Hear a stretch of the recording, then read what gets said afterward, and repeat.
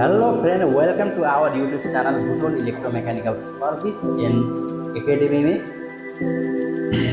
आज हम बिल्कुल ही एक नया टॉपिक एयर कंडीशन में लगने वाला सेंसर के ऊपर में बात करने जा रहे हैं। हमारा टॉपिक स्टार्ट करने से पहले मैं एक बात आपको बोलना चाहता हूँ। अगर आप हमारे चैनल में नए हैं तो हमारे चैनल को सब्सक्राइब करना बिल्कुल मत भूलिएगा और बेल आइकन को दबाना भी बिल्कुल मत भूलिएगा, क्योंकि आपको हमारा वीडियो का नोटिफिकेशन सबसे पहले मिले। और हमारे चैनल को लाइक, कमेंट और शेयर करना भी मत भूलिएगा। और दोस्तों, मैं एक बात कहना चाहता हूँ, अगर आप हम लोगों से एसी, फ्रिज, वॉशिंग मशीन के बारे में ट्रेनिंग करना चाहते हैं तो आगे स्क्रीन में दिया हुआ नंबर पे आप संपर्क कर सकते हैं। चलिए दोस्तों, आज हम लगते हैं हमारे टॉपिक के ऊपर।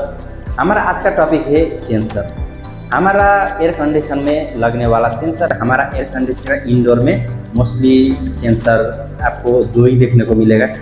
अभी लगने का एरिया का हिसाब से आप समझना चाहते हैं तो सेंसर एक हमारा कॉइल में लगता है, उसको हम कॉइल सेंसर बोलते हैं। दूसरा हमारा इवापोरेटर का थोड़ा आगे लगता है, वो रूम का टेम्परेचर सेंस करने के लिए लगता है, उसको हम रूम टेम्परेचर सेंसर बोलते हैं। अभी दोस्तों, सेंसर जिधर भी लगा हो, जो भी हो, अभी सेंसर हमारा दो ही प्रकार के होते हैं। सेंसर टू टाइप्स के होते हैं।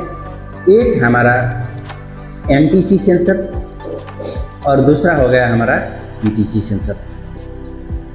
एनटीसी सेंसर का मीन्स होता है नेगेटिव टेम्परेचर कोएफिशिएंट, और आपका पीटीसी सेंसर का मीन्स होता है पॉजिटिव टेम्परेचर कोएफिशिएंट। दोस्तों, आप लोग नाम से ही वो सेंसर का फंक्शन समझ सकते हैं। अभी सेंसर आपका एक प्रकार के रजिस्टर है, और आप मान सकते हैं सेंसर में भी एक रजिस्टर से रेजिस्टेंस वैल्यू होता है। वो रेजिस्टेंस वैल्यू टेम्परेचर का अकॉर्डिंग काम करता है। जब टेम्परेचर को अप डाउन किया जाता है, उसका रेजिस्टेंस वैल्यू भी अप डाउन हो जाता है।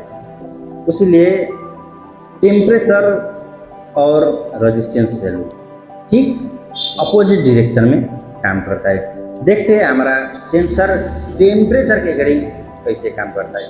दोस्तों, मैंने बोल चुका था हमारा सेंसर एक एनटीसी सेंसर और दूसरा होता है पीटीसी सेंसर।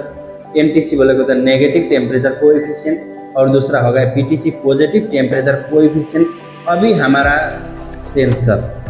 सेंसर का रेजिस्टेंस वैल्यू होता है, वो रेजिस्टेंस वैल्यू अगर आपका एनटीसी सेंसर हो गया, एनटीसी सेंसर में आप टेम्परेचर को बढ़ाएंगे तो उस सेंसर का रेजिस्टेंस वैल्यू घटेगा, और आप टेम्परेचर को घटाएंगे तो उसका रेजिस्टेंस वैल्यू बढ़ेगा। अगर ऐसा हुआ तो समझिए वो एनटीसी सेंसर है।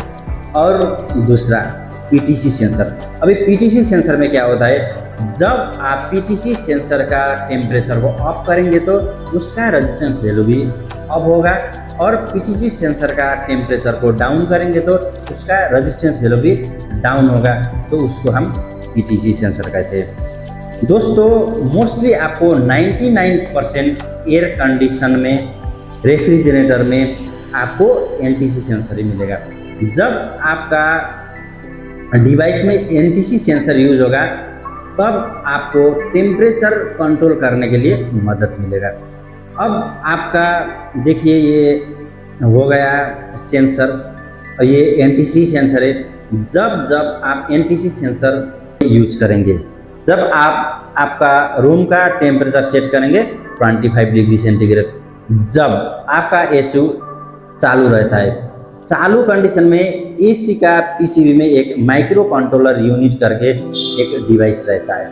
वो माइक्रो कंट्रोलर यूनिट में प्रोग्राम किया जाता है। जब माइक्रो कंट्रोलर यूनिट को फिक्स वोल्टेज मिलेगा तब माइक्रो कंट्रोलर यूनिट उस पीसीबी को, रिले को रेगुलर सप्लाई आउट करेगा।